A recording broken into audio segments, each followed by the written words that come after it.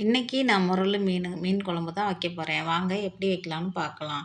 மீனுக்கு எப்போதுமே புளிப்பு அதிகமாவும், காரம் கம்மியாவும் இருக்கணும். அதனால நம்ம தேவையான அளவு இப்ப நம்ம 1 கிலோ மீனுன்னா, அதுக்கு தகுந்தது மாரி 1 லெமன் 2 லெமன் சைஸுக்கு புளி எடுத்துக்கங்க. நல்லா புளிப்பான புளியா இருந்தா கொஞ்சம் கம்மி பண்ணிக்கிட்டு தக்காளி எக்ஸ்ட்ரா போட்டுருங்க. தக்காளி, புளி, மிளகாத்தூள், உப்பு கொஞ்சம் போட்டு நல்லா கரைச்சு எல்லாத்தையும் வடிகட்டி ஒரு பாத்திரத்தில ஒரு பவுலோ, ஒரு குண்டானோ அந்த அளவுக்கு நீங்க கரைச்சு வச்சுக்கிறணும். ஏன்னா நம்ம எக்ஸ்ட்ரா தண்ணி ஊத்துனோம்னா குழம்பு தண்ணியா போயிரும். அதனால நமக்கு எந்த அளவு குழம்பு தேவையோ அந்த அளவுக்கு நல்லா திக்னெஸ்ஸா கரைச்சுக்கிறணும். நம்ம டேஸ்ட்டு பார்க்கும்போது புளிப்பு அதிகமாவும், காரம் கம்மியாவும் இருக்கணும். அப்பதான் மீன் குழம்பு டேஸ்ட்டா இருக்கும்.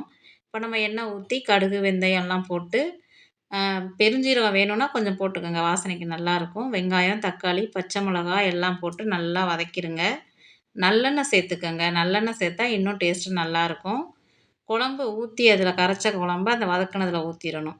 ஊத்தி நல்லா கொதி வந்ததுக்கப்புறம் இந்த மீன அதில சேர்த்துக்கங்க. இந்த மீன் நீங்க எப்படி தான் கரண்டி போட்டு கிளறுனாலும் உடையாது. இதில முள்ளும் ஒரே முள்ளு தான் இருக்கும். டேஸ்ட்டும் நல்லாயிருக்கும். போட்டதுக்கப்புறம் நல்லா விரைச்சிக்கிட்டு நல்லா விரவா இருக்கும். உடைஞ்செல்லாம் போகாது இந்த மீனு. இந்த மாரி மெத்தட்ல நீங்க குழம்பு வச்சு பாருங்க. சூப்பரா இருக்கும். எப்போதுமே புளிப்பு கொஞ்சம் எக்ஸ்ட்ரா இருந்தா தான் மீன் குழம்பு டேஸ்ட்டு நல்லாயிருக்கும். இன்னைக்கு விட நாளைக்கு சாப்பிடும்போது இன்னமும் நல்லா டேஸ்ட் இருக்கும். இது மாரி வச்சு ட்ரை பண்ணிட்டு எப்படி இருக்குன்னு எனக்கு சொல்லுங்க.